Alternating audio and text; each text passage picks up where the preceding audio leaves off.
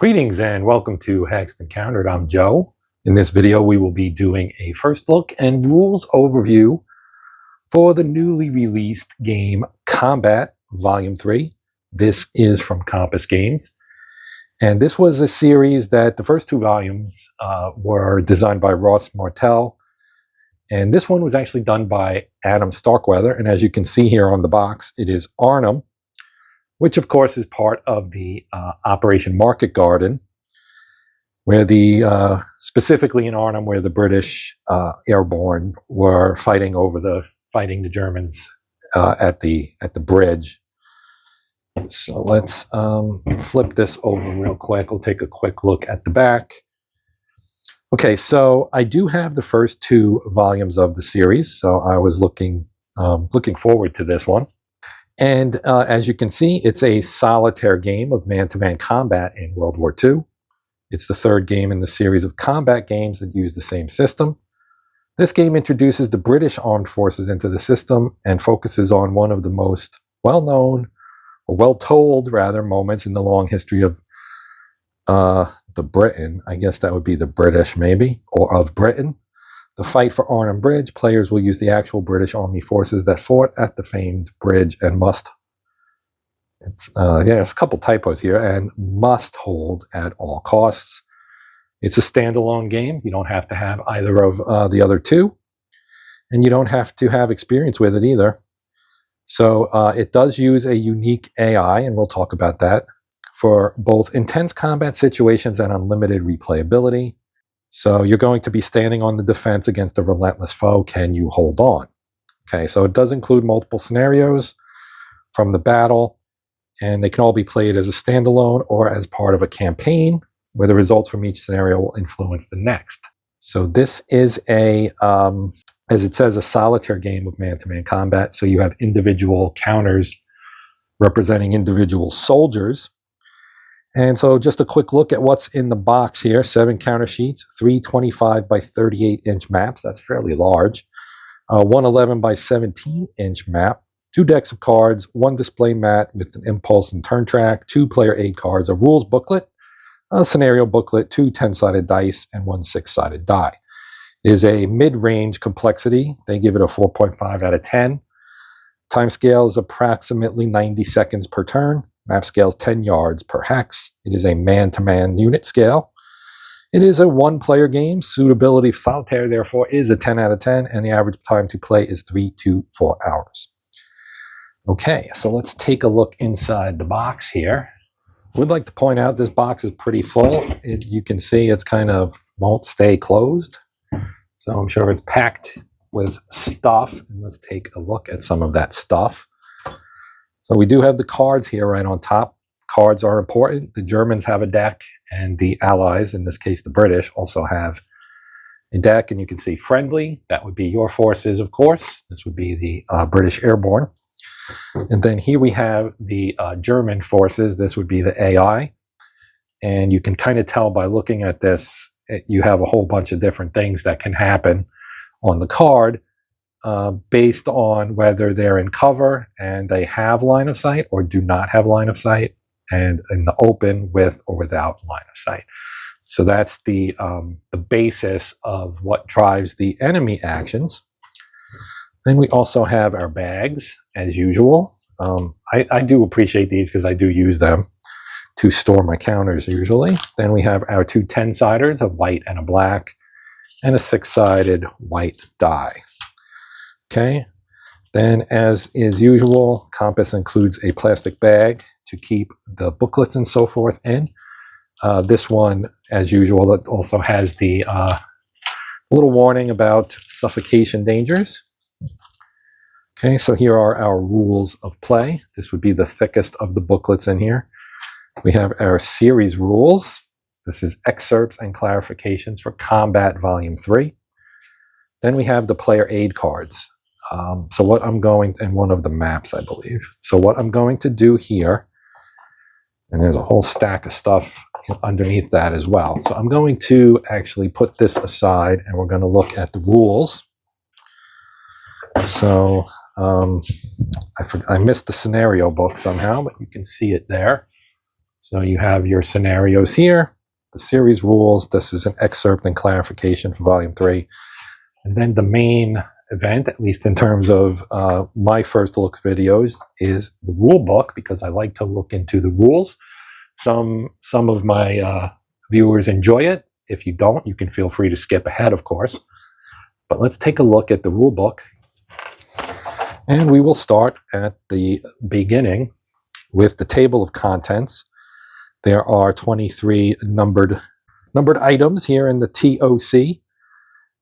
Start with the introduction, 1.0. It's a solitaire game, basically what we saw on the back of the box, essentially. A little bit different, right? It does give you kind of a little brief overview that the game setup determined by the specific scenario at the start of each turn.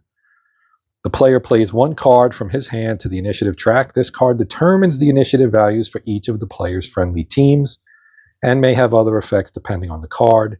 After this, the player assigns orders to each character on his side.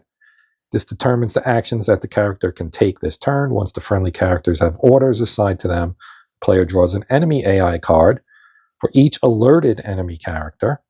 These cards determine the initiative value for each enemy team and the order that they receive. The order determines the actions that the enemy character will take that turn. The game turn is then played through in 4 impulses from the lowest initiative value to the highest. Each team activates in turn, and each character, friendly and enemy, performs the action specified on its order counter. All teams will act on impulse 1 before moving to 2, then 3, and finally 4. At the end of the turn, all orders are removed and the played cards are returned to the respective decks. Note that there is no stacking limit in the game. We have definitions of the various terms. Most of these are probably fairly straightforward. Character is the basic unit in the game, which represents a single man. You got dies, enemy, friendly. Enemy and friendly is pretty straightforward. Impulse, as we just saw, each turn is broken into 4 impulses. Everybody will act on impulse 1 before moving to 2. Initiative value, numerical value on a friendly or enemy card determines the order in which teams will activate. The leadership rating of the character. This is the distance in hexes from a leader that he may influence. Line of sight, of course, the maps. Morale check is MC. Morale state. So players have an indicator of the psychological state of a character. There are seven different morale states. From positive to negative, those are berserk, aggressive, bold, normal, cautious, shaken, and rout. The player, that's you, the person playing the game. The rally check, RC, you got squads. Your friendly characters are organized into a squad, which consists of 5 teams. A team, each side's players are divided into teams, which are used to organize movement order. Friendly teams are section leader, SL, medium brown, Bren group, light brown, rifle group, light green, gun crew, gray, and command group, com, which is white. Enemy teams are green, blue, yellow, dark gray, brown, and red. Then you have a TQC, troop quality check. It's similar to a morale check, but is used when a character is performing certain actions. All of these are covered, of course, in the rules. TQ, as you might expect, is troop quality, which represents the combat effectiveness of an individual character. Turn, weapon skill, a number representing a character's skill with a particular weapon. It may be modified by the target's order, target's terrain, and the weapon being used. Die roll less than the modified weapon skill is usually a hit. Then a wound, your wound morale check, which is a type of check taken whenever a character is wounded. Similar to a morale check, but the morale penalty is higher. Schütze is a German soldier. Lieutenant, or Leutnant, German lieutenant. Obergreifert, oh man, I can actually speak a little German here, but Obergefreiter, sorry. Once I start laughing, I lose it. Hauptmann, that's a captain. And NCO, which is either a Feldwebel or an Obergefreiter, corporal. Okay, rule of 0. Anytime a character's chance of success is less than 0, there is still a chance of success, but the die roll must be a 0. And then you'd have to make a TQ check, or your troop quality check, right? So then we get an example of the rule of 0. I don't want to read every single thing here. We will go on to game components, right, which we saw in the back of the box. I will not repeat that. Here's our sequence of play. So you've got your friendly card phase, where you, if you don't have any cards, you will draw 1 from the friendly order deck. Then you add to his hands any cards played aside in the previous turn after a successful plan order performed by a friendly character. That is in Rule 7.12. Cards in excess of 5 are discarded, the player's choice. Player must now play 1 card from his hand in the initiative track. If the friendly order card played has the word event on it, then the player immediately rolls 1d10 and consults the scenario event list, which is in the scenario book. Then we have the order phase, where you assign your orders to each of the characters. That is in Rule 7. Enemy card and order phase, which is how we make the enemy do their thing. I won't read the whole thing. Action phase. This is where initiative order, everybody resolves the orders of their character in the first team on the initiative order track for Impulse 1. Each character in turn performs Phase 1, 2, and 3 below. Phase 1 is perform the action as required on the activated character's order marker. If the activated character is an enemy alerted character without an order, then instead of performing an action, it draws a card and receives an order, and it will act on this in the following impulse. 2 is make spotting checks as required. These are performed for the active friendly or enemy character regardless of whether it's alerted or not. And 3, if a character is just activated as friendly, they may choose to duck back. We'll see more of that a little bit later. Moving left to right, you activate each team on the impulse order track as above, and then advance the impulse marker and repeat 4A for impulses 2 to 4. Step 5 is the end phase. All grenades now explode. Perform damage rolls. Make a troop quality check for each character with the skill of medic, currently in a hex with a wounded character. Make a TQC for each friendly character that has a plan order. And if successful, place any generated cards to one side. They are not yet in your hand. Add or remove smoke counters as required. Any waiting characters within 3 hexes and line of sight of an alert enemy character are now alerted. And you will place an alert marker on them. Remove all orders, reset initiative track, place enemy cards that are on the initiative track in the discard pile. For the enemies, place the friendly card that's on the initiative track in the friendly discard pile. Excuse me. Reset the impulse marker to 1. If this is the last turn, check the victory conditions and end of game. So I'm having trouble with my voice apparently. So now we go to 5, the friendly card phase. It uses 2 decks of cards as we saw, the friendly deck and friendly cards and enemy cards. Friendly cards are held in hand by the player and either played to the initiative track or used for their discard ability. And if we look at the cards, just real quick, here's your initiative and here's your discard. Okay, there's also some other stuff down at the bottom that we'll hear about probably. If you do not have, enemy cards are used to allocate orders to the enemy characters. So step 1A, if you do not have any cards in your hand, you may draw a single card. This is the only way to acquire new cards other than using the plan order. During this step, add any cards acquired from planning and place to one side last turn to your hand. Maximum hand size again is 5. If you have anything over 5, you get to discard your choice to get to 5. Then you can play a card, or must play a card, to the initiative display. And if you play a card with the word event on it, you have to resolve the event. So there are 3 types of friendly cards: discard cards, order cards, and event cards. Examples of discard and order cards are below. So you see that's what we saw here was a discard card. The order card looks like this. So friendly shows that this is a card belonging to the friendly deck. Initiative. Below this are the words SL, GC, Bren Group, Rifle Group, and Command Group, and 4 numbers. So these refer to the initiative level for each team the player is controlling. So this is where you get your initiative order. Okay, and you'll see the same thing on the other card. Then you can see which type of card it is. Lucky Bounce. This line right here says Lucky Bounce. This line and the transmission text below shows the effect of discarding the card, so that on your discard side. You re-roll a single grenade attack roll. 4 and 46 are the numbers of the cards. Close Call, MC, and Bad Wound. This text is used only when drawing for wounds. Close Call, MC is a wound effect showing a near miss requiring a morale check. Okay. Then you have your order cards, right? We just kind of saw that, and your discard and your event cards. And event cards, there are two types, those with initiative values and those without. This one here, that's an, oh, here are the events over here. Okay, that confused me there a little bit. But they also have initiative things on there, and you can see there's a friendly event and an enemy event. Cards that specify initiative values are normal order cards. When played to the initiative track, roll immediately on the appropriate table located in the scenario book. Friendly event or enemy event as appropriate. Should the section not be in play for this scenario, ignore the event. The other event cards, one friendly and one enemy, both behave slightly differently. Whenever one of these cards is drawn, that is not what is shown here.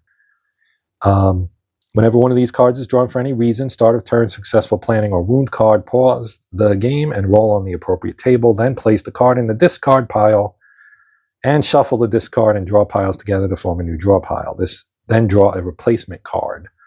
If one of these cards is drawn as part of an initial hand, discard it and draw another card. Once you have collected your opening hand, reshuffle the friendly deck and discard piles together before the start of play. Do not roll for an event in this situation. All right. So that's your deck reset card, basically.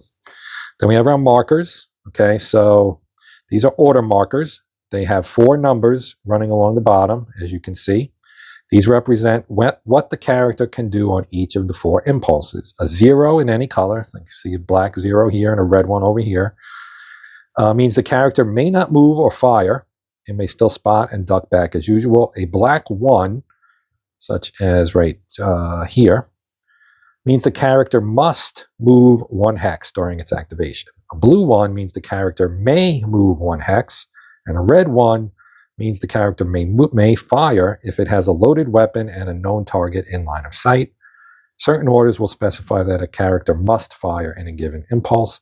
A black 2 means the character must move 2 hexes during its activation. It may not enter the same hex twice, so you can't cheat. And an M means that the character resolves a melee attack. There's an M right there. Okay, the numbers and our letters on the right side of some markers are modifiers that apply to the character with the marker. So this A means all. You can see that on here. The white number in a black box is the modifier to the character's leadership rating. I don't see that. That's up here, I guess, with the light wound. The white number in the red box, which, well, that's a red circle, actually. So that is modifier to the troop quality right there. And then the one in the circle, which we have here and also on here, is the modifier to the character weapon skill. So if you're rapid fire, you get a -2 to your weapon skill. Value of -A means that the character can't fire any weapons. So it's been a while since I played, but my memory of this is that it seems kind of complex, but once you get it, it's really not so bad. Then you have the black numbers on the markers shown below are the direction order for enemy soldiers. So they're going to have to move in a certain direction based on basically the compass points. That's what the numbers refer to. The direction order for enemy soldiers, they are discussed in Rule 9 and then under each appropriate move order.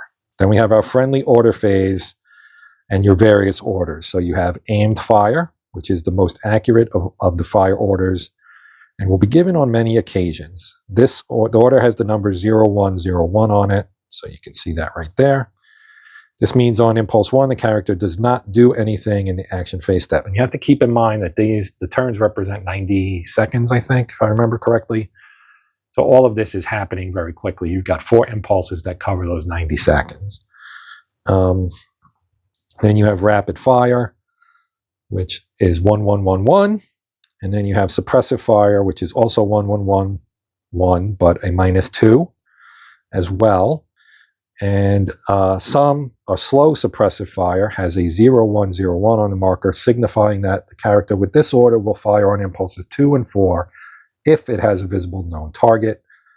These orders may be given without a visible known target and will be triggered should one become available. So you want to suppress the enemy. That's basic infantry combat tactics, right? Then you have run and gun, which is a combination of move and fire. And you can see the black one would be a move. The red one is a fire. So you got move, fire, move, fire. Not necessarily firing from the hip, but more a short dash followed by a hasty shot. And that, of course, also comes with a penalty of -2. You have sneak, which is all movement, 0101. The first one is a blue, so they can move. They may elect to move, but they don't have to. On all 4 impulses with this one, the character may spot or duck back.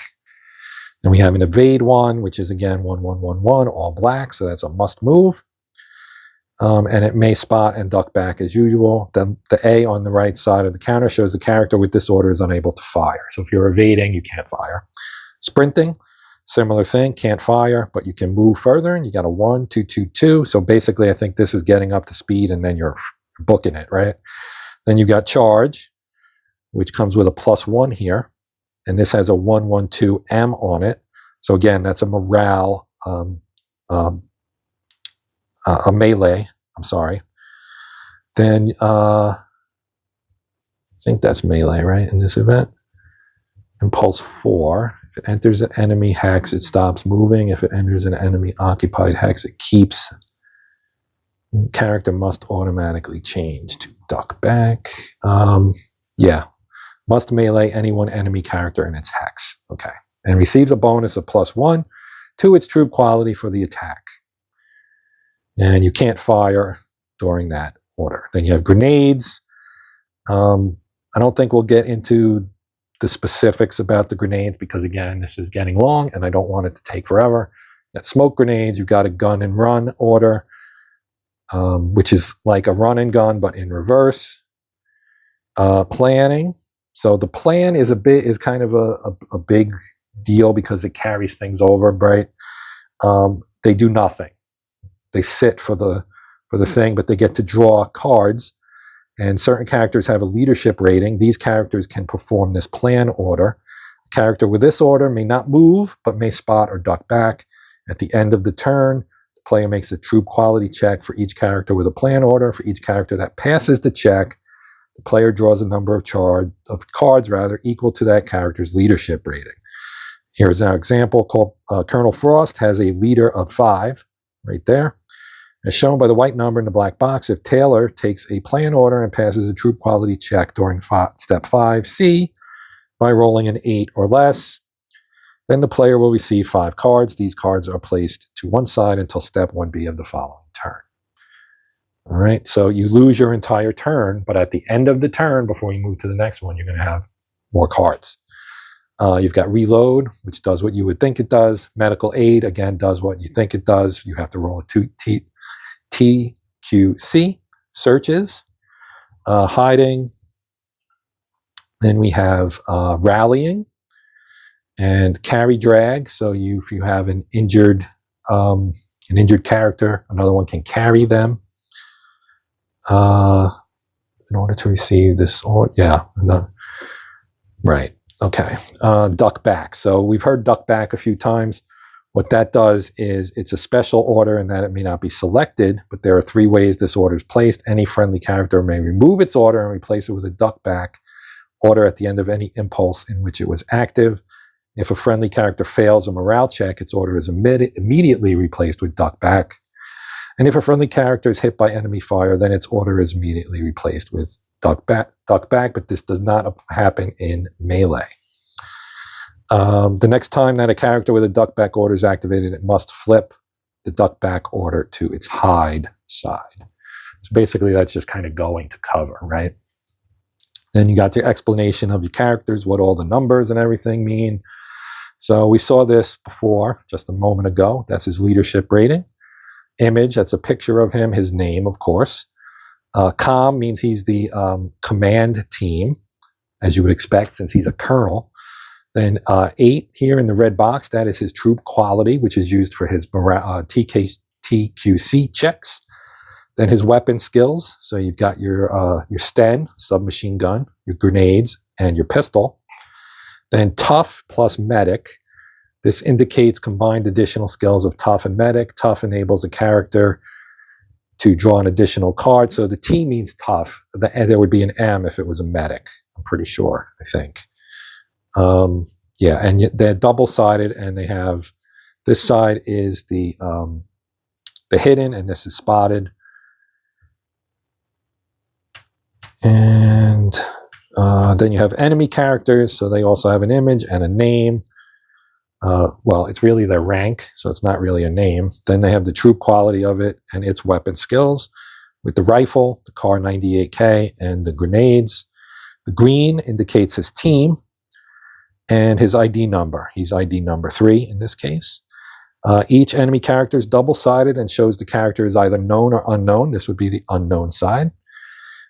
Each scenario will specify whether characters are known or unknown at the beginning of a scenario. Initiative track example. So you've got your teams for the enemy and the order that the player has played onto the initiative track, and then you place markers that show which order the various teams go in. So obviously the cross here would be the Germans, right? So you have yellow team, then you'd have the British Com, I think that is. I can't really tell. That's hard to read. That's the Bren group. That's, yeah, hard for me to see like that, but you'll be able to read them in game. Then you've got your enemy order phase and how that works out. Again, I don't want to take too long with this. Like I said, the game has a lot to it, but it's not really as complex as it all seems. So basically, this will walk you through how the enemy action is determined based on what they can see, what their order is, whether they have line of sight or not, whether they're hidden or in view, so on and so forth, right? Enemy orders, and then they have the same kind of orders, basically that the friendlies have. You got aimed shots, rapid fire, 2 types of suppressive fire, run and gun, sneak, evade, sprint, charge, your grenade, your reload, hide, rally, duck back, gun and run. Same kind of stuff. And our terrain, so terrain's pretty straightforward. It affects line of sight, as you would expect. It affects cover as well. Yeah, open and cover, right? Some of it's open terrain, some of it's cover terrain. It's right here at the top. It's important for enemy character movement and a few other rules. Cover is defined as any terrain type listed below. Open is any other terrain. So, if it's this, it's open. If it's, any of this stuff, buildings, the 2 types, double and single story, factory, and then any of this stuff, trees, hedgerows, wall, long grass, depression, orchard, etc. Line of sight examples here. Then we have more terrain types. The bridge itself, of course, this being Arnhem, we've got a big thing with the bridge and how line of sight and spotting works and making spotting checks. Blind hexes caused by levels of the various blocking terrain, etc. How firing works. So you have your weapons, and they'll have ranges which will affect the die roll. So the closer you are, the better your shot is going to be typically. So that's all of this. You also have hidden. If you're hidden and you're throwing a grenade or firing your weapon, you have that surprise element. And if you're in line of sight, they also know you're there, so that's a problem for you as well. There's also rate of fire. So you can see here with the Sten gun, Mark V, the rate of fire is a 3. And here's the distance from the target when firing. There's the max range is 14. Rate of fire, fire's weapon skill modifier based on distance. So that would be your minus 4, minus 2. As you get closer, it moves up. 0, +1, +2. Pretty straightforward. Then your different types of weapons. You have slow weapons and heavy weapons. There's the German Kar 98, the carabiner. and grenades and how all that works. Here's a grenade example. There's the German potato masher, as it was called, known by the Allies. Then you've got your melee rules here, your wound rules. Okay, so you can be wounded. There are medics, of course, that we've heard about, where you can they can bandage you up. You also have, of course, death, enemy KIAs and friendly KIAs. Here's your morale. The 7 types, each one has a marker for it with its effects printed right on the marker. So when you have the marker on your character, you know that that's what their situation is. And then again, all of that is explained in here. You have surrendering and guarding. More examples with smoke, which is section 18. Then 19, you've got morale, rally, troop quality, and wound morale checks. How each of those works with the numbers, right? Your natural 0 will increase your morale level 1, and you would roll again. So that's the special natural 0 rule. Off-board artillery, which has its own card with its specifics here, right? And that is based, I think, on the hex and the adjacent hexes. Then there's an example for that. Then we've got additional weapons, the British weapons, and you can see these load and fire here. Ammo, your mortars, umbrellas. Digby Tatum Water famously used his umbrella while in combat. His umbrella actually disabled the vehicle by poking the eye of the driver. If eligible to attack, and he has his own card here, Major Tatham. It's probably Tatham Water, or Tatham Water maybe, may attack a vehicle with his umbrella. That's funny.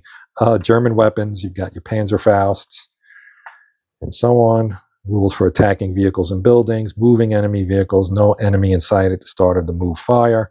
Depends on offensive aggressiveness, right? Offensive, aggressive, offensive, cautious, and tentative. These are vehicles. Right, and these are in this one. I would assume they're all German vehicles, most likely. Wind counter and optional rules. So we have some optional rules. There's a new characters like Combat 2, the previous game, of course. This game adds additional squads to the game. Use the characters marked COM to determine the command team initiative. Draw a new friendly card and use the value next to the section 1. A drawn card has no additional effect and is placed in the discard pile. And we have our credits and some more things about markers here. We've got a photo of the bridge. Here's map. This is the game map. So when it's all out, that's what it would look like. It comes in pieces. And on the back, something I always enjoy seeing, the index. That is always useful. Then we have some more stuff here that we will look at really quickly. So we have here our series rules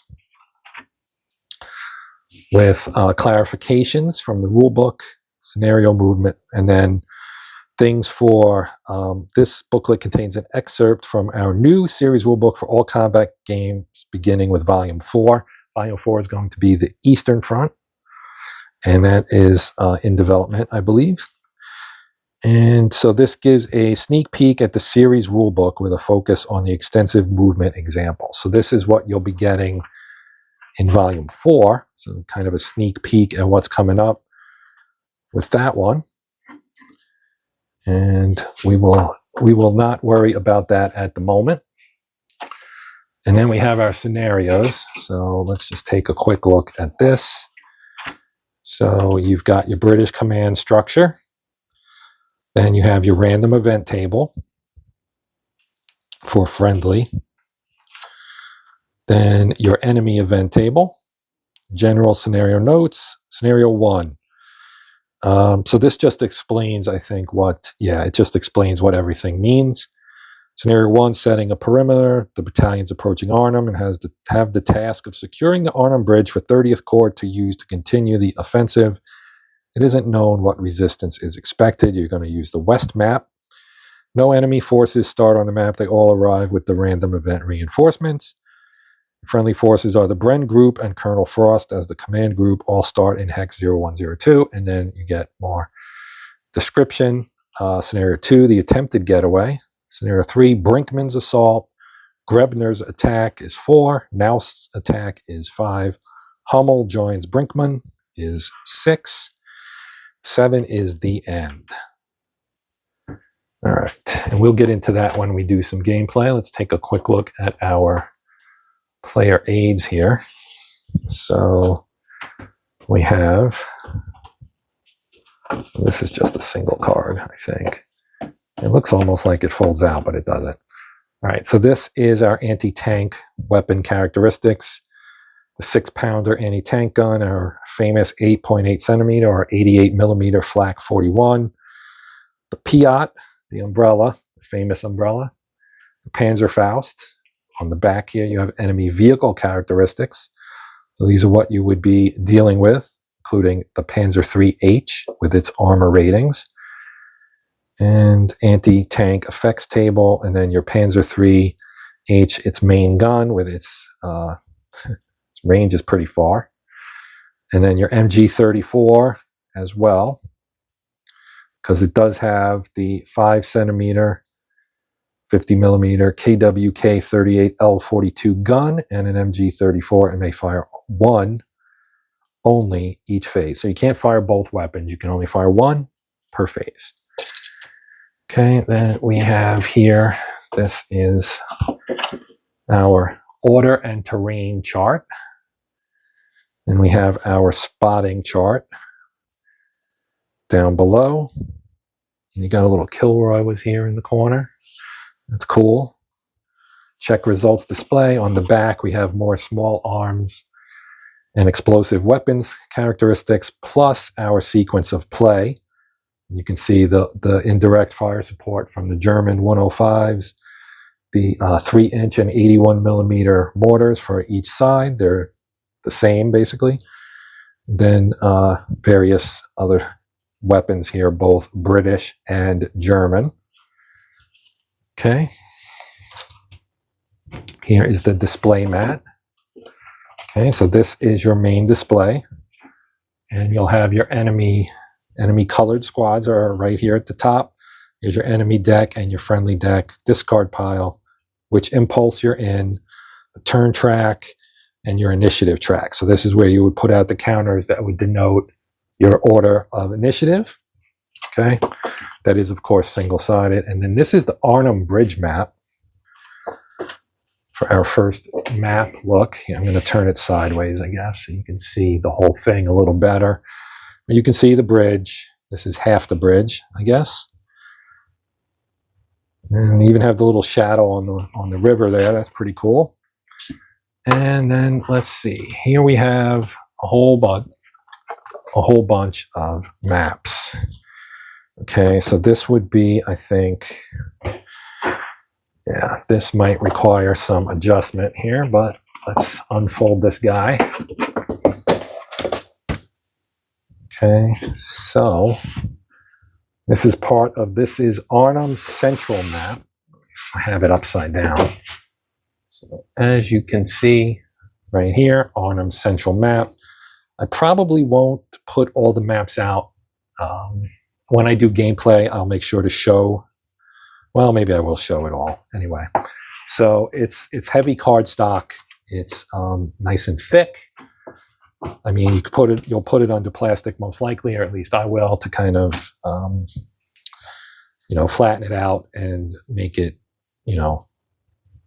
nice and flat and hold it in place. And of course, you've got all your buildings and your various terrain here. This is the ramp onto the bridge, I would guess. All right, so this is the rest of the map. It is fairly large. There are 3 of these, I think, 3 large maps. So it's nice and thick, as I said, you can see. And we have another one here. This one. There's the Palace of Justice right there. This is the Arnhem West map. Here's the West map. And some of these things have names on them, like the State Archive is right here. The Provincial Government Office. Palace of Justice. You've got some road. Now again, these are relatively small hexes. And here's a prison. And this is the Public Works and Traffic Building. So that would be the west map. And we also have this guy, the third big map. And this is the east map. This one has some railroad stuff on it. This is the east map. Okay. The Kami's Milk Factory. So that's this and this. The power station. And we've got some stuff on this side. Street names. And then down here is the tram depot. That's what this is, the tram depot. And all the lines feeding into it. So those are your maps that, when they are placed together, give you a map of Arnhem along with the bridge. And now we have, last but certainly not least, are our counters. So these come in shrink wrap. There are 1, 2, 3, 4, 5, 6, 7 sheets. And I will rip into these in a second, but you can see we've got some British forces here. There's Colonel Frost. And you've got Corporal Webb, Private Moran, sorry, that's out of shot. Frost, Corporal Webb, Private Moon, I'm sorry. Private Timms, Private Cook, Private Goodwin. And you can see the color coding, which indicates what role they play. And they're also holding various weapons. So you've got riflemen up here. And you've got Bren, that are light tan. You've got the SL here. And your Com. Right, then you've got dummies. These are enemies, dummies, and then some Germans here. Feldwebels, right? And their colors. So this is the green team, this is the blue team. Here's our compass rose, which determines when you have to give an enemy an order to move. You roll to see what direction they move, and this will tell you what direction they go in. With it being a hex with 6 sides, makes it easy. You roll a 6-sided die, it tells you what you're doing. So let me rip the shrink off of these so we can take a quick look at it. All right, so this one we already looked at, but let's flip it over and look at the back. Right, these come out pretty simple too. And so here's the back. So this would be Colonel Frost and Webb and Moon and Timms and Cook going across, just as we saw. And then you see the hidden German side. Right. Okay, so that's that. Then we have some more Germans here. You can see they have less information on theirs. And of course, the back is the hidden side. The color bars will still tell you what team they're with, right? And you'll note you have color-coded compass roses for everybody. Each team has their own. So, and then down here, you've got some civilians, the Van Valbergs, looks like. And here's Frost's battalion headquarters. And then you've got immobilized vehicle markers on one side and destroyed on the other. So those are your big counters, and here are the markers. So the markers are smaller. So you have combat, again, more compass roses. Then you've got weapons over here, your Piats, your Vickers, etc. Targets, impulse turn marker, wind direction, rubble here, smoke, right? And then on the back, you get the other side. You got fading smoke. You got loading markers here, unloaded weapons. And here, section leader, gun crew, rifle group, Bren group, etc. Fortified upper level, all that stuff. So these are the markers. There are a lot of them. Then you'll have your orders as well. So here are some orders. You can see the run and gun, the aimed fire, planned, grenades, suppressive fire, evade, duck back. On the flip side of the duck back, you have hide. These are the hide markers. This is the other side. Other side of suppression, of course, is slow suppression. So you have all of this stuff here, right? 3-inch mortars, the 81 millimeter and the 105 millimeter howitzer on the German side, and all of this grenade mirror. And we have sheet 5, which has the German orders and alert markers for them. And on the other side, they have waiting, where he looks like he's asleep. I always thought that was funny. Then again, you have your morale markers here with low ammo as well. Some wound markers down here. More German order markers. This is sheet 6. Same kind of thing we saw before. Our final sheet, sheet 7, has some more orders on them, some more wound markers, fortified, grenades, Panzerfaust, etc. So those are your counters. And that is your look